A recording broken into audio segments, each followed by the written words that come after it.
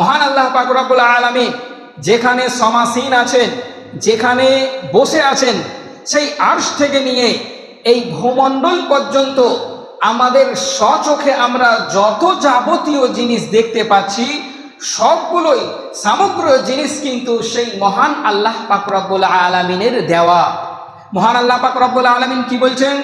আমা বিকুম মিন নি'মাতিন ফামিনাল্লাহ। তোমাদের আশেপাশে চতুর্দিকে ডানে বামে সামনে পেছনে ওপরে নিচে তোমরা যত যাবতীয় জিনিস দেখতে পাচ্ছ সমস্ত কিছু আমি মহান আল্লাহ পাক রব্বুল আলামিন তোমাদেরকে দিয়েছি। শুধু তাই নয়, মহান আল্লাহ পাক রব্বুল আলামিন সূরা নাহলের মধ্যে ঘোষণা করে বললেন, ওয়া ইন তাউদ্দু নি'মাতাল্লাহি লা তুহসুহা। আমি মহান আল্লাহ পাক রব্বুল আলামিন তোমাদেরকে এতগুলি নিয়ামত দিয়েছি, তোমরা যদি সেগুলো সংখ্যায় নির্ণয় করতে যাও তাহলে সংখ্যায় নির্ণয় করতে পারবে না। এতটা নিয়ামত মহান আল্লাহ পাক রব্বুল আলামিন আমাকে আপনাকে দিয়েছেন।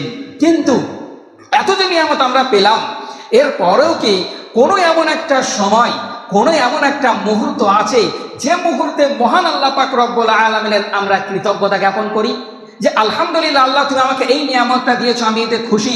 এরকম কোনোদিন ছোট ছোট শুকরিয়া কৃতজ্ঞতা জ্ঞাপন করি? আমরা তো সেই মহান আল্লাহ বলে ভুলেই গেছি। ঈমান আমাদের কাছ থেকে হারিয়ে গেছে, ঈমান থেকে দূরে সরে গেছি, মহান আল্লাহকে বলে ভুলে গেছি। অথচ সেই মহান আল্লাহ পাক রব্বুল আলামিন আজ আমাদেরকে চলতে ফিরতে উঠতে বসতে খেতে পরিধান করতে সমস্ত কিছু ক্ষমতা দিয়েছে। আজ দুনিয়ায় রাজনীতির যুগ চলছে, আজ চতুর্দিকে যাবতীয় জিনিস যে যা করতে পারছে সব কিছুর সক্ষমতা একমাত্র মহান আল্লাহ পাক রব্বুল আলামিন দিয়েছেন। তিনি যদি বলার ক্ষমতা চলার ক্ষমতা রুখে দেন, ক্ষমতা নাই আমাদের কারোর যে আমরা বলতে পারবো চলতে পারবো।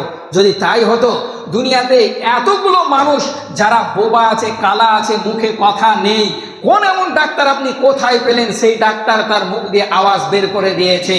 কতগুলো মানুষ প্যারালাইসিস হয়ে গেছে আর উঠতে পারে না, এই সামনেই তার কাছে জিনিসপত্র থাকলেও সে উঠে নেওয়ার ক্ষমতা তার থাকে না। সেই মহান আল্লাহ পাক রব্বুল আলামিন তার নিকট হতে সেই ক্ষমতা যখন কেড়ে নেন, কজন ব্যক্তি আছে সেই ক্ষমতা থেকে আবার ফিরে আসতে পারলো, বা সেই ক্ষমতায় থাকাকালীন নিজে সাহস করে নিতে পারলো? এরকম কজন ব্যক্তি আছে? প্রিয় মুসলিম সমাজ, আজ আল্লাহ ক্ষমতা দিয়েছে তাই বলতে পারছি, আজ ক্ষমতা দিয়েছে তাই পায়ে হেঁটে মসজিদ এসেছি। যদি একটি পা কেটে নেমে যেত বা একটি পা আপনার জন্মগত থেকে না থাকতো, তাহলে ওই স্প্রিং লাগিয়ে আর রড ভরে যেভাবে হোক চলতে পারলেও একজন সাধারণ মানুষ, অর্ডিনারি মানুষ যেভাবে চলে মসজিদে আসে, এরকম ক্ষমতা কিন্তু আপনার হবে না। প্রিয় মুসলিম সমাজ, এত কিছু নিয়ামত পেয়েছি, এরপরেও তো সেই মহান আল্লাহর কৃতজ্ঞতা আমরা জ্ঞাপন করেছি? একবারের জন্য বলিনি আল্লাহ আজ আমি সুস্থ আছি আলহামদুলিল্লাহ, এ কথা আমরা কেউ পড়িনি। আজ হার্ট অ্যাটাক হয়ে গেছে, তো এই হার্টের গুরুত্ব এতদিনে বুঝতে পেরেছি যে হার্ট অ্যাটাক হলে পরে কত কষ্ট হয়। ওর কাছ থেকে অর্ধেক জীবন শেষ হয়ে যায়। যার একটা বা দুটো ব্লক হয়ে গেছে, ওই ব্যক্তি দৌড়াহাপা করতে পারবে না, উঁচু উপরে উঠতে পারবে না, মাথায় ভারী জিনিস বহন করতে পারবে না, তেলে ভাজা জিনিস খেতে পাবে না, ঝালযুক্ত জিনিস খেতে পাবে না। ওর কাছ থেকে অর্ধেক জীবন শেষ করিয়ে নেওয়া হয় শুধুমাত্র হার্ট ব্লক যদি কোনো মানুষের হয়ে যায়। প্রিয় মুসলিম সমাজ, তাহলে শুধু হার্ট আছে কতটা জায়গায়? 2-2.5 ইঞ্চি জায়গার মধ্যে। মাথা থেকে পার তলা পর্যন্ত সশরীরে আল্লাহর নিয়ামতের অভাব নেই। প্রতিটি নিয়ামতের যদি আমরা কৃতজ্ঞতা জ্ঞাপন করি, তাহলে মহান আল্লাহর কৃতজ্ঞতা জ্ঞাপন করে শেষ করতে পারবো না। আজ এত হুঙ্কার, এত চিৎকার, আজ ফেসবুকে সব সময় আপনি দেখতেই থাকবেন মানুষের হুঙ্কার আসতেই আছে। মানুষকে দাবিয়ে রাখার বিষয়, চেপে রাখার বিষয় আজ ফেসবুকে উড়তে উড়তে চলে আসছে। সোশ্যাল মিডিয়ায় আমরা সব কিছু দেখতে পাচ্ছি। এ ক্ষমতা পেলেও কোথায়? এ ক্ষমতা দিলেন কে? এ ক্ষমতা কিভাবে এলো? এ টেনশন চিন্তা কিন্তু আমরা কেউ করি না।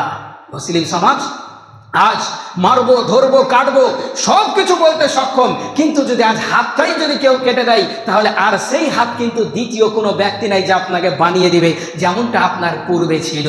প্রিয় মুসলিম সমাজ, আজ অহংকারের শেষ নেই। আজ আমাদের ঈমানগুলো ভুলে গেছি, আল্লাহকে বলে ভুলে গেছি। আজ আমাদের অহংকার বেড়ে গেছে, আমাদের ক্ষমতা বেড়ে গেছে, অথচ সেই ক্ষমতার মালিক যে আমাদেরকে যে ক্ষমতাটা দিয়েছে, সেই ক্ষমতার জন্য একবারও কিন্তু আল্লাহর কাছে কৃতজ্ঞতা জ্ঞাপন করিনি। মুসলিম সমাজ, আমি শুধু হার্টের ব্যাপারে বলেছি। আপনার চোখকে দেখেন, একদিন যদি আপনি বেঁধে রাখেন, তারপরে বুঝতে পারবেন যে চোখের গুরুত্ব কতটা। আপনি একদিন বেঁধে রেখে এখান থেকে আপনি সাগরপাড়া স্টেশন যান, সেখানে যাওয়ার পথে আপনাকে কতটা ঠোকর আর হোঁচট খেতে হয় সেটা আপনি গুনতি করে আসবেন। কিন্তু এই চোখের যে এতটা মর্যাদা, আল্লাহর কবে আমরা কৃতজ্ঞতা জ্ঞাপন করেছি? আল্লাহকে বলে ভুলে গেছি। প্রিয় মুসলিম সমাজ, শুনুন, মাথা থেকে নিয়ে পা পর্যন্ত আল্লাহর নিয়ামতের শেষ নাই। এর চাইতেও মহান আল্লাহ আমাদেরকে অগণন নিয়ামত দিয়েছে, কিন্তু আমরা সেই আল্লাহকে বলে ভুলে গেছি। একটি উদাহরণ দিয়ে আপনাকে বুঝতে পারবেন। এক ব্যক্তি শ্বাসকষ্টের জন্য তাকে হসপিটালে ভর্তি করা হয়েছে, তাকে ভেন্টিলেটর রুমে নিয়ে গিয়ে অক্সিজেন দেওয়া হয়েছে। কিছুক্ষণ অক্সিজেন নেওয়ার পরে ওই ব্যক্তিকে যখন বিল ধরানো হয় সেই হসপিটালের, যে এত টাকা তুমি অক্সিজেন নিয়েছো তাই তোমার বিল এসেছে এত টাকা, ওই ব্যক্তি বিলটা দেখে হাউমাউ করে চিৎকার করে কান্না করে উঠল। লোকেরা জিজ্ঞাসা করছে যে তুমি এত জোরে চিৎকার করে কেন উঠলে? তোমার কাছে কি যে বিল এসেছে সেই বিল সমপরিমাণ টাকা পয়সা নাই, নাকি তোমাকে দেখার মতন কেউ নাই, না তোমার বাড়ি থেকে কেউ আত্মীয় স্বজন আসেনি? তুমি আজ এত জোরে চিৎকার করে কেন হাউমাউ করে কান্না করছো? তখন ওই বৃদ্ধ অবস্থায় পড়ে থাকা মানুষটি উত্তর দিচ্ছে, শোনো, আজ আমার বছর 60 বছর 70 বছর হয়ে গেছে, আজ আমি কিছুক্ষণ শুধু এই ভেন্টিলেটর রুমে এসে অক্সিজেন নিয়েছি, তাই আমাকে 70,000 বিল ধরিয়ে দিয়েছে, 60,000-এর বিল ধরিয়ে দিয়েছে। আমি কান্না করছি এ বিষয়ে যে যেদিন আমি এই দুনিয়ায় ভূমিষ্ঠ হয়েছি, যেদিন আমি এই দুনিয়ায় এসেছি, সেই দিন থেকে নিয়ে আজ আমার বয়স 60-70 বছর। এতদিন যাবত যে আমি আল্লাহর পিওর ন্যাচুরাল প্রাকৃতিক যে অক্সিজেন গ্রহণ করলাম, তাহলে সেই মহান আল্লাহ পাক রব্বুল আলামিনকে আমাকে কত টাকা দিতে হবে, এই যে চিন্তা ভাবনা করে আমি হাউমাউ করে কান্না করছি। মুসলিম সমাজ, চিন্তা ভাবনা করে দেখেছি আজ হসপিটালে গেলে কত লক্ষ লক্ষ টাকা নিচ্ছে? একবার চিন্তা ভাবনা করে দেখেছি সামান্য জিনিসের জন্য কত লক্ষ লক্ষ টাকা দিতে হয়? তাহলে যে মহান আল্লাহ পাক রব্বুল আলামিন আমাদেরকে প্রাকৃতিক এই সুন্দর বাতাস, যা আমরা সকলেই বসে আছি, সকলেই কিন্তু আমরা ন্যাচুরাল পিওর অক্সিজেন কিন্তু আমরা গ্রহণ করছি, সেই অক্সিজেনটা কিন্তু হসপিটালের নয়। তাহলে আমাদের কতটা কৃতজ্ঞতা জ্ঞাপন করার প্রয়োজন ছিল? চিন্তা ভাবনার বিষয় আছে। মুসলিম সমাজ, যুবক ভাইদেরকে বলি, শুনুন, আজ আপনি হুঙ্কার দিয়ে একটি সিমেন্টের বস্তা মাথায় ছেড়ে নিয়ে চলে যাওয়ার শক্তি আপনাকে আল্লাহ তাআলা দিয়েছেন। সেই বয়স্ক অবস্থায় যে মানুষটি পৌঁছিতে, সেও একদিন এরকম কাজ করেছেন, কিন্তু আজ হয়তো পারে না। সে ক্ষমতা কেড়ে নিল কে? তোমার যে মাথায় সাদা সাদা চুল বেরিয়ে গেছে, সেগুলো তুমি কালো করার ক্ষমতার রং ছাড়া তোমার হয় না কেন? তুমি নিজে থেকে কালো বের করে দেখাও দেখি, তুমি পারো না কেন? তাহলে সেই মহান আল্লাহ পাক রব্বুল আলামিনের কৃতজ্ঞতা থেকে কেন তুমি দূরে সরে? মুসলিম সমাজ, তুই পারো না কেন? তোমার তো আজ যুবক অবস্থায় তুমি 25 বছর 30 বছর বয়স, তোমার মাথার চুল তো গ্যাসের জন্যও সাদা হয়ে গেছে, সেগুলো তুমি কালো বের করে দেখাও দেখি, কেন তুমি পারো না? সেই ক্ষমতা তোমার আমার কাছে নেই। মুসলিম সমাজ, সেই ক্ষমতা মহান আল্লাহ পাক রব্বুল আলামিন আমাদেরকে দেন। এই নিয়ামত সেই একমাত্র আল্লাহর নিকটে, আল্লাহর হাতে আছে। কিন্তু আমরা কেন সেই মহান আল্লাহ পাক রব্বুল আলামিনকে চিনতে পারিনি? কেন আমরা সেই মহান আল্লাহ পাক রব্বুল আলামিনকে চিনতে পারলাম না? প্রিয় মুসলিম সমাজ, কৃতজ্ঞতা জ্ঞাপন করার প্রয়োজন আছে। আল্লাহর নিয়ামতের আমাদের নিকটে অভাব নেই, কিন্তু আমাদের ইমানের অনেক অভাব রয়েছে। আপনাকে ইমানের হাদিস বলতে বলতে আরেকটি হাদিস আপনাকে বলি, শুনুন। একদা এক সময় খাব্বাব রাদিয়াল্লাহু আনহু যখন ইসলাম গ্রহণ করে, খাব্বাবের ইসলাম গ্রহণ করাতে তাকে অনেক কষ্ট দেয় কাফেরেরা, মুশরিকেরা। কত কষ্ট দেয় খাব্বাব রাদিয়াল্লাহু আনহু তিনি বর্ণনা করছেন, যখন আমি ইসলাম গ্রহণ করি, আমি মুহাম্মদকে ছাড়বো না, এক আল্লাহকে বিশ্বাস স্থাপন করেছি, সেই আল্লাহকে ছাড়বো না। এ উত্তর যখন আমার নিকট হতে কাফের মুশরিকেরা পায়, তখন কাফের মুশরিকেরা আমাকে উলঙ্গ অবস্থায়, কয়লা জ্বলছে দাউ দাউ করে, সে কয়লায় আমাকে উলঙ্গ অবস্থায় রেখে দিত। বলছে খাব্বাব রাদিয়াল্লাহু আনহু, আমাকে অতক্ষণ পর্যন্ত ওই জ্বলন্ত কয়লায় রেখে দেওয়া হতো যতক্ষণ পর্যন্ত আমার রক্ত চর্বি মাংস গলে গলে ওই আগুন নিভিয়ে না যেত, ওই কয়লা নিভিয়ে না যেত, অতক্ষণ পর্যন্ত আমাকে ওই জ্বলন্ত কয়লায় রেখে দেওয়া হতো। আর বলা হতো তুই মুহাম্মদকে ছেড়ে দে, মুহাম্মদের দ্বীনকে ছেড়ে দে। কিন্তু আমি মুহাম্মদের দ্বীনকে ছাড়িনি। এর নাম হলো ঈমান। মুসলিম সমাজ, পারবো ঈমান এইভাবে টিকিয়ে রাখতে? এইভাবে ঈমানের সহিত বাঁচতে পারবো? আজ আমাদের ঈমান হারিয়ে গেছে। আজ সামান্য যদি যুবক ভাইদেরকে কোনো মেয়েরা ইশারা দেয়, ঈমান ফুস হয়ে শেষ হয়ে যায়। ঈমান হচ্ছে খাব্বাব রাদিয়াল্লাহু আনহুর মতন ঈমান আমাদেরকে রাখতে হবে। মৃত্যু সজ্জায় পড়ে আছে, দাউ দাউ করে কয়লা জ্বলছে। আপনারা চা খান, সকলে চায়ের দোকানে দেখেছেন কয়লার জ্বলন্ত তাপ কতটা হয়, ওর চাইতে কয়েক গুণ বেশি দাউ দাউ করে জ্বলছে। সেই জ্বলন্ত কয়লায় তাকে রেখে দেওয়া হয়েছে অতক্ষণ পর্যন্ত, যতক্ষণ কয়লা নিভিয়ে না গেছে। এরপরেও ইসলাম ত্যাগ করেনি। এরপর এরপরও ইসলাম ছাড়েনি, মুহাম্মদের দিনকে ছাড়েনি। আজ আমাদের ঈমান কোথায় প্রিয় মুসলিম সমাজ? আজ আমাদের ঈমান কোথায়? সেই আল্লাহকে বলে তো আমাদের মনেই পড়ে না। আজ মুয়াজ্জিন মসজিদের ডাক দিয়ে মুয়াজ্জিনের গলা বসে গেল, কিন্তু এরপরে আমরা মসজিদের নিকটবর্তী হলাম না। ওই বিগত 1 মাস চলে গেছে, রোজার মাস, ওই 1 মাসে কোনো রকম হয়তো 10 দিন ঠিকঠাক নামাজ পড়েছে, তারপরে আর সেই মুসল্লিকেও খুঁজে পাওয়া যায় না। আর মুয়াজ্জিন হেঁকেই গেল, ডেকেই গেল, মুসলিম সমাজ মসজিদে প্রবেশ আর করলো না। এটাই আমাদের ঈমান? এরই নাম ঈমান? মুসলিম সমাজ মহিলারা পর্দায় অন্তরালে নামাজ পড়তে এসেছে দেখলাম। শুনুন, মহিলাদের ব্যাপারে আরো বলি, ইমানদার মহিলা কাকে বলে? হযরত সুমাইয়া রাদিয়াল্লাহু আনহা যখন ইসলাম গ্রহণ করেন, আবু জেহেল, উতবা, সাইবা, কার নাম বললাম? আবু জেহেল, উতবা, সাইবা, মক্কার সবচাইতে বড় কাফের যারা, তারা ওই সুমাইয়া রাদিয়াল্লাহু আনহার নিকটে এসে বলল যে তুই ইসলাম ত্যাগ কর, মুহাম্মদকে ছেড়ে দে, মুহাম্মদের দিন ত্যাগ কর। কিন্তু সুমাইয়া রাদিয়াল্লাহু আনহা ত্যাগ করেননি। এমন তো অবস্থায় আবু জেহেল রাগান্বিত হয়ে তার তরওয়ালকে সুমাইয়া রাদিয়াল্লাহু আনহার লজ্জা স্থানে ঢুকিয়ে দেয়, আর সেই লজ্জা স্থানে তরওয়াল প্রবেশ করাতেই সুমাইয়া রাদিয়াল্লাহু আনহার মৃত্যু হয়। এরপরেও ইসলাম ত্যাগ করেনি। ভাই বোনেরা, আজ আমাদের ঈমান এইভাবে ঈমান টিকিয়ে রেখেছে। জান যাচ্ছে যাক, ঈমান ছেড়ে কখনো বিরতি দেয়নি, ঈমান থেকে দূরে সরে আসেনি। আজ আমাদের যা ঈমান রয়েছে, আজ যদি সামান্য কিছু আমরা শুনে নিই, আজ আমরা সামান্য যদি গুনহার সম্মুখীন হয়ে যাই, আমাদের ঈমান তখন আর সামনে থাকে না। আমাদের যেভাবেই হোক, চাই সুদ হোক, ঘুষ হোক, চুরি করে হোক, ডাকাতি করে হোক, আমাদের নিকটে ইনকাম আসতে হবে, এই চিন্তাধারা আমাদের নিকটে এরকম চিন্তা আসে না যে সুদ খাওয়া আমাদের জন্য হারাম, বিড়ি সিগারেট নেশাদার দ্রব্য পান করা আমাদের হারাম। এটা আমাদের ঈমান মজবুত করতে হবে যে এই সব জিনিস থেকে দূরে সরে থাকতে হবে। কিন্তু আমরা তো সেগুলো আজ পারিনি। মুসলিম সমাজ, এ ক্ষমতা আপনাকে দিল কে? এই টাকা পয়সার জীবন আপনাকে দিল কে? আজ যে আপনি সুখে বাস করছেন, ঘর এত সুন্দর করে বানিয়েছেন, এ নিয়ামত আপনি পেলেন কোথায়? আজ আপনার ঘরটি শুধু চালের ছিল, আপনি পাকা করেছেন, পাকাতে আজ মানুষ সন্তুষ্ট নয়, তো বলে আমি পাকার জায়গায় আজ আমি ফল সিলিং করব। আজ রং করেছিল, চুনের রঙের পছন্দ হয়নি, আজ পুটি রং করেছে, ভিআইপি লাইট লাগিয়েছে। সেই যুগ ছিল যে যুগে একটি প্রদীপ জ্বালানোর মতন সিস্টেম ছিল না। এরপরেও তাদের ঈমানের এত মজবুত, এত স্ট্রং, এত মজবুত ঈমান ছিল। আজ আমাদের নিকটে সমগ্র জিনিস আমাদের সম্মুখীন, সবকিছু হাতের নিকটে পাওয়া সত্ত্বেও আজ আমাদের ঈমান ফুসফুসে হয়ে গেল। প্রিয় মুসলিম সমাজ, আল্লাহর নিয়ামতের কি এমন আমরা কৃতজ্ঞতা করলাম? সে যুগেও নিয়ামত সেরা তারা পেয়েছেন, কিন্তু তাদের মতন পেয়েছেন যতটা আমরা পেয়েছি ততটা কিন্তু তারা পাননি। তাদের একটি পোশাক ছিল, এরপরেও তারা নামাজ কোনোদিন বিরতি দেয়নি, নামাজ কোনোদিন ছাড়েনি। আজ আমাদের পোশাকের অভাব নাই, এত পোশাক একবার পরে অনেক মানুষ আছে যে দ্বিতীয়বার সেই পোশাকটা আর পরেই না, গরিব মিসকিনদেরকে দিয়ে দেয়। কিন্তু এরপরেও দেখেন আল্লাহ কত নিয়ামত দিয়েছে, কিন্তু সেই আল্লাহকে বলে আজ আমরা ভুলে গেছি। প্রিয় মুসলিম সমাজ, শুনুন, আপনাকে নিয়ামতের ব্যাপারে বলছি, আল্লাহর অগণন নিয়ামত আছে। আপনাকে যদি বলতে লাগি তো কয়েক ঘন্টা বলে শেষ হবে না। এরপরে আপনাকে বলি, মহান আল্লাহর নিকট হতে আমরা সবচাইতে মূল্যবান বড় 3টি নিয়ামত পেয়েছি, যেটা আমাদেরকে অবশ্যই মানা এবং তার প্রতি কৃতজ্ঞতা জ্ঞাপন করা আবশ্যক। সেই নিয়ামতগুলি কি? প্রথম নাম্বার হচ্ছে যে আমরা ইসলাম ধর্ম গ্রহণ করেছি, ইসলাম ধর্ম পেয়েছি। এটা হচ্ছে সবচাইতে বড় নিয়ামত। বলেন মৌলভী সাহেব, এটা কিভাবে সবচাইতে বড় নিয়ামত? শুনুন, দুনিয়াতে যত ধর্ম আছে, ইসলাম ধর্ম ব্যতীত কোন ধর্মের মানুষ জান্নাতে প্রবেশ করবে না। যেমন হিন্দু ধর্ম, তাদের হিসাব নিকাশি নেই, তারা ডিরেক্টলি জাহান্নামে যাবে। কিন্তু ইসলাম ধর্মের বাসকারী, ইসলাম ধর্ম মান্যনাকারী যে ব্যক্তি মেনেছে ইসলাম ধর্মকে, একমাত্র সেই ব্যক্তিকে আল্লাহ তাআলা হিসাব নিকাশ নেবেন।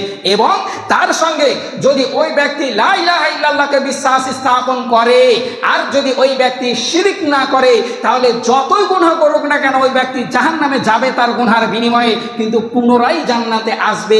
এটা হচ্ছে নিয়ামত একমাত্র ইসলাম ধর্ম অবলম্বনকারীদের জন্য। প্রিয় মুসলিম সমাজ, তাহলে প্রথম আমরা যেটি সবচাইতে বড় নিয়ামত পেলাম সেটি হচ্ছে ইসলাম, যার বিনিময়ে কাল কিয়ামতের দিবসে ওই সুশীতল ছায়ায় আশ্রয় গ্রহণ করার সুযোগ হবে শুধু এই ইসলাম ধর্মের মাধ্যমে। অন্য কোনো ধর্ম নেই যার মাধ্যমে আপনি ওই সুশীতল ছায়ায় গিয়ে আশ্রয় গ্রহণ করতে পারবেন। বলে শুধু ইসলাম ধর্মই কেন? এটা আমার কথা নয়, মহান আল্লাহ পাক রব্বুল আলামিন সূরা আল ইমরান আয়াত নম্বর 19-এর মধ্যে ঘোষণা করেছেন। আপনি বাড়ি গিয়ে বা মোবাইলে রিসার্চ করে আয়াতটির মানে পড়ে নেবেন। আল্লাহ তাআলা বলছেন, ইন্না দীনা ইনদাল্লাহিল ইসলাম, আমার নিকটে একমাত্র পছন্দনীয় ধর্ম সেটি হচ্ছে ইসলাম ধর্ম। প্রিয় মুসলিম সমাজ, আজ এত বড় নিয়ামত পেলাম, এরপরেও কিন্তু আমরা নামাজের দিকে, রোজার দিকে, হজের দিকে, পয়সা দিয়েছে জাকাত দেওয়া, পয়সা দিয়েছে দান সৎকার দিকে আমাদের হাত বাড়ে না। মুসলিম সমাজ, আল্লাহর নিয়ামতের কোনো শেষ নাই, অগণন নিয়ামত পেয়েছি, এরপরেও আমরা কৃতজ্ঞতা জ্ঞাপন করিনি। আপনাকে বলতে গেলে আরও একটি কথা এখানে বলে যাই, আমরা অনেক মানুষ এখানে বসে আছি যারা এখন থেকেই কুরবানির প্রস্তুতি নিয়েছি, নেইনি? অনেক মানুষ আমরা এখানে আছি যারা কুরবানির জন্য এখন 1 মাস আগে থেকে আমরা খাসি ক্রয় করে রেখে দিয়েছি। অনেক দিন হয়ে গেল যে আমরা হয়তো কুরবানির জন্য খাসিটাকে সুন্দর করে লালন পালন করছি, হয়তো অনেক মানুষ কিনেছি বা হয়তো 1 সপ্তাহ 2 সপ্তাহের মধ্যে অনেক মানুষ কিনে নেবে। মুসলিম সমাজ, কিন্তু এটাই হচ্ছে ইসলাম। আপনি খুব ভালো কাজ করেছেন, কিন্তু সেটি শুধু কুরবানির জন্য প্রযোজ্য তা নয়, এটাকে আপনাকে নামাজের জন্য প্রযোজ্য করতে হতো। যে এক আজান তো হয়ে গেছে, আমাকে আর এক আজান হবে আসর, সেটার জন্য আমাকে প্রস্তুতি গ্রহণ করতে হবে, এর নাম হলো ঈমান। কিন্তু আজ সপ্তাহে 1 দিন মসজিদে এসেছি বড় কষ্ট করে, দোকান লাগাতে ইচ্ছে হয় না, ইনকাম ভালো হচ্ছে, কিন্তু শুক্রবার সবাই যাবে, না গেলে পাড়ার লোক কি বলবে বলে আজকে হয়তো মসজিদে এসেছি। কিন্তু প্রিয় মুসলিম সমাজ, এর নাম ঈমান নয়, এর নাম ঈমান হতে পারে না। শুধু আমি কেন, সারা দুনিয়ায় যতগুলো হাদিস কোরআন আছে, যতগুলো সঠিক হাদিস বর্ণনাকারী আলেম মৌলবি আছে, আপনাকে সবাই বলে দিয়ে যাবে, শুধু 2 মাস 1 মাস আগে থেকে, 2 সপ্তাহ 1 সপ্তাহ আগে থেকে কুরবানির পশু ক্রয় করে রাখা, এটার নাম ঈমান নয়। আপনাকে 1 আজান হয়েছে, আর 1 আজানের জন্য প্রস্তুতি রাখতে হবে। আসরের আজান হয়েছে, মাগরিবের আগে আপনাকে কাজকর্ম যত যা আছে ছেড়ে আপনাকে মসজিদে আসতে হবে। এরকম যদি আপনার মনোবলতা থাকে, এরকম যদি আপনার মন মানসিকতা থাকে, তাহলে আপনি ভেবে নেবেন যে আপনার মধ্যে ঈমান রয়েছে। আর যদি এরকম ভাবনা চিন্তা মনে না আসে, তাহলে আপনি একদম সোজা সাদা সিধা ভাবে ভেবে নেবেন যে আপনার মধ্যে ঈমান নেই। মুসলিম সমাজ, আপনাকে আমি বোঝাতে চাইছি যে ইসলাম পেয়েছি আমরা সবচাইতে বড় নিয়ামত। শুনুন, রাসূল সাল্লাল্লাহু আলাইহি ওয়াসাল্লামের নিকটে এক ব্যক্তি এসে জিজ্ঞাসা করছেন, ইয়া রাসূলুল্লাহ দুল্লানি আলা আমালিন ইযা আমিলতুহু দাখালতুল জান্নাহ। হে আল্লাহর রাসূল, আমাকে এমন কোন আমল আপনি বলে দেন যে আমলটি করলে পরে আমি জান্নাতে প্রবেশ করব। রাসূল সাল্লাল্লাহু আলাইহি ওয়াসাল্লাম বলছেন, তুমি এক আল্লাহকে বিশ্বাস স্থাপন করো, 2 নম্বর নামাজ আদায় করো, 3 নম্বর তুমি রোজা রাখো, 4 নম্বর তুমি যাকাত আদায় করো, 5 নম্বর তুমি হজ করো। যদি তুমি এই 5টি জিনিস পারো, তাহলে তুমি জান্নাতে প্রবেশ করবে। মুসলিম সমাজ, আমরা অনেকগুলো মানুষ আছি যারা আমরা এক আল্লাহকে বিশ্বাস স্থাপন করেছি বলে আজ আমরা নামাজ পড়তে এসেছি, তাহলে 1 নম্বর আমাদের নিকটে মাইনাস হয়ে গেল। 2 নম্বর, আমাদের নিকটে এতটা ক্ষমতা নয় যে আমরা হজ করতে পারবো, তাহলে ওই ব্যক্তির নিকটে 2টা চলে গেল। 3 নম্বর, যে ব্যক্তির নিকটে টাকা পয়সা কম দিয়েছে, ওই ব্যক্তির উপরে যাকাত ফরজ হয়নি, তাহলে ওই ব্যক্তির নিকটে 3টে জিনিস মাফ হয়ে গেল। ওই ব্যক্তি, যে ব্যক্তি আপনার বছরে একবার মাত্র শুধু রোজা আসে 1টি মাস, তাহলে বাকি 11টি মাসের জন্য আমরা ফিরি, তাহলে ধরতে গেলে আমাদের নিকটে 4টি জিনিস মাইনাস হয়ে গেল, থেকে গেল শুধুমাত্র নামাজ। যদি আজ আমরা শুধু নামাজটা ঠিকঠাক আদায় করতে পারি, ফাদাখালতুল জান্নাহ, আমরা জান্নাতে প্রবেশ করতে পারবো। মুসলিম সমাজ, আমরা পারবো এই ইসলামকে মেনে নিতে? আমরা পারবো এই ইবাদতকে মেনে নিতে? আমরা পারবো যে ইসলাম আমাদের নিকটে সবচাইতে বড় নিয়ামত, এটার গ্রহণ সাক্ষ্য দিতে? এটা আমরা পারবো যে এক আল্লাহ আছেন যিনি আমাদেরকে সব কিছু নিয়ামত দিয়েছেন, আজ আমাদেরকে ইসলাম পর্যন্ত পৌঁছে দিয়েছেন, আমরা মেনে নিতে পারবো? মুসলিম সমাজ, বড় দুঃখের বিষয়, সাহাবীদের যুগ দেখুন, আজানের জন্য মাইক নাই, মসজিদে ফ্যানের কোনো সিস্টেম নাই, কোনো রকম ভাবে পিট করে চলে প্রদীপ, তাতেই তারা এসে নামাজ পড়েছে, খেজুরের ছোবড়া দিয়ে মসজিদ সাজানো, তাতেই তারা নামাজ পড়ে চলে গেছে। আজ আমাদের এত সুখ সুবিধা হয়ে গেছে, আজ মসজিদ ছোট ছিল, আপনি বড় করতে চাইছেন, বড় করছেন। আজ আপনার মসজিদে হয়তো কোনো এক সময় ফ্যান ছিল না, আজ ফ্যান অ্যাভেলেবেল চলছে, এত ঠান্ডা জায়গায় বসে নামাজ পড়তে হবে, এরপরও আমাদের মন লাগে না, আমাদের মন চাই না যে আমরা গিয়ে নামাজ পড়ি। মুসলিম সমাজ, এর নাম ঈমান। ঈমান কাকে বলে ওটাই বোঝার চেষ্টা করেন আগে। ঈমান কাকে বলে ওটাই যদি আপনি বুঝে যান, ঈমান যদি কাকে বলে এটা যদি বুঝতে পেরে যান, আপনার কাছে কোনো জিনিস আর কষ্টর মনে হবে না, কোনো নামাজ পড়তে আসতে কষ্ট মনে হবে না। আপনাকে আমি বললাম 3টি নিয়ামত বড় পেয়েছি, 2 নম্বর যেটি সবচাইতে বড় নিয়ামত পেয়েছি সেটি হলো মুহাম্মদ সাল্লাল্লাহু আলাইহি ওয়াসাল্লামের উম্মত স্বরূপ দুনিয়াতে এতগুলো নবী এসেছেন, কোনো নবীর ক্ষমতা সাহস হবে না যে আল্লাহর সম্মুখীন দাঁড়িয়ে তার উম্মতের জন্য বলবে যে হে আল্লাহ, আমার উম্মতকে তুমি ক্ষমা করে জান্নাতে প্রবেশ করাও। এরকম ক্ষমতা কোনো নবীর হবে না। সব নবী ভয় করবে আল্লাহর সম্মুখীনে দাঁড়াতে, একমাত্র উইদাউট মুহাম্মদ সাল্লাল্লাহু আলাইহি ওয়াসাল্লাম, মুহাম্মদ সাল্লাল্লাহু আলাইহি ওয়াসাল্লাম ব্যতীত। মুহাম্মদ সাল্লাল্লাহু আলাইহি ওয়াসাল্লাম আল্লাহর পায়ের নিকটে গিয়ে সাজদায় পড়ে বলবে, ইয়া আল্লাহ, আমার উম্মতকে তুমি ক্ষমা করো, জান্নাতে প্রবেশ করো। এই হচ্ছে সবচেয়ে বড় আমাদের নিকটে নিয়ামত। কিন্তু মুহাম্মদ সাল্লাল্লাহু আলাইহি ওয়াসাল্লাম আমাদের নিকটে যে কত বড় মঙ্গল স্বরূপ, কত বড় নিয়ামত স্বরূপ, সেটা আজ আমরা বুঝতে পারিনি। কাল কিয়ামতের দিবসে যেদিন মুহাম্মদ সাল্লাল্লাহু আলাইহি ওয়াসাল্লামকে আল্লাহ বলবেন, তুই যখন মৃত্যুবরণ করেছিলিস এই সব মানুষগুলোকে দেখছিস, এরা তোর উম্মত তো বটে, কিন্তু কোনোদিন নামাজ আদায় করেনি, এরা শিরক থেকে কোনোদিন দূরে সরে যায়নি, এরা বিদআতে লিপ্ত ছিল, বিদআত থেকে কোনোদিন দূরে সরে যায়নি। এই কথা যখন বলবেন তখন মুহাম্মদ সাল্লাল্লাহু আলাইহি ওয়াসাল্লাম বলবেন, ওই উম্মত ব্যতীত যেগুলো আছে তাদেরকে তুমি জান্নাতে দাও। মুসলিম সমাজ ঈমান মজবুত করার চেষ্টা করেন, আল্লাহর নিয়ামতকে বোঝার চেষ্টা করেন। ওই আল্লাহর রাসূলই বলেছেন আমাদের কিভাবে নামাজ আদায় করতে হবে, আমাদেরকে মসজিদে আসতে হবে, আমাদেরকে কুরবানিও করতে হবে, রোজাও করতে হবে, হজও করতে হবে, যাকাতও দিতে হবে, আমাদেরকে দানও করতে হবে। ওই মুহাম্মদ সাল্লাল্লাহু আলাইহি ওয়াসাল্লাম বলেছেন। মুসলিম সমাজ আজ মুহাম্মদ সাল্লাল্লাহু আলাইহি ওয়াসাল্লামকে মেনে নিতে আমাদেরকে হবেই। তৃতীয় নম্বরে যেটি সবচাইতে বড় নিয়ামত পেয়েছি সেটি হচ্ছে একমাত্র মহাগ্রন্থ Al Quran, the complete code of our life. আমাদের জীবনের প্রত্যেকটি রাস্তা পথ প্রদর্শকের জন্য মহাগ্রন্থ আল কোরআন যথেষ্ট। এই জন্য তৃতীয় নম্বর আমরা সবচাইতে বড় নিয়ামত পেয়েছি আল কোরআন। মুসলিম সমাজ বলবেন কিভাবে বড় গ্রন্থ? শুনুন, দুনিয়াতে কত বই আছে, কতবার আপনি পড়েছেন, কোনোদিন কোনো লেখক লিখেছে তাতে যে পড়লে পারে নেকি হবে, এ কথা কিন্তু কোনো লেখক কিন্তু কোনোদিন লিখতে পারেনি। কিন্তু একমাত্র মহাগ্রন্থ আল কোরআন, যার বিনিময়ে লেখা রয়েছে একটি হরফ পড়ো 10 নেকি। প্রিয় মুসলিম সমাজ, কিন্তু আমরা পড়তে জানি না, আমরা পড়তে জানি না। ছেলেদেরকে মেয়েদেরকে যে শিখাবো এরকমও চিন্তাধারা আমাদের হয় না। শুধু তাই নয়, আজ যে পড়তে জানি না তো কোরআনটা একটু শুনি, এরকম মন মানসিকতা আমাদের নেই। আজ কিভাবে ইউটিউবে চালিয়ে গান সার্চ করে শুনতে হবে এতটা সবাই আমরা জানি, কিন্তু একটু যে কোরআন পড়তে জানি না, কমসে কম একটু কোরআন বের করে শুনি, এরকম মন মানসিকতা আমাদের নেই। মুসলিম সমাজ, ঈমান কোথায় আছে আপনি শুধু চিন্তা ভাবনা করুন। আপনি আপনার বুকের মধ্যে হাত দিয়ে চিন্তা ভাবনা করে দেখেন যে আপনার ঈমান কতটুকু আর কোথায় রয়েছে। সময় শেষে দিকে বলার অনেক আছে, কিন্তু আপনাকে কয়েকটি মূল্যবান জিনিস বললাম। প্রথমত সেটি বড় ইবাদত ছিল ইসলাম। দ্বিতীয় বড় যেটি আমরা নিয়ামত পেয়েছি সেটি হচ্ছে মুহাম্মদ সাল্লাল্লাহু আলাইহি সাল্লামকে। তৃতীয় যেটি বড় নিয়ামত স্বরূপ আমরা পেয়েছি সেটি হচ্ছে মহাগ্রন্থ আল কোরআন। মানার চেষ্টা করেন, তার প্রতি আমল করার চেষ্টা করেন। শুধু তাই নয়, কাল কিয়ামতের দিবসে এই কোরআনের সূরা আল ইমরান, সূরা বাকারা পাখির মতো ছায়া করতে করতে আপনার সম্মুখীন হবে। অতএব আপনি চেষ্টা করেন কোরআনকে আঁকড়ে ধরার, আল্লাহর নিয়ামতের কৃতজ্ঞতা জ্ঞাপন করার।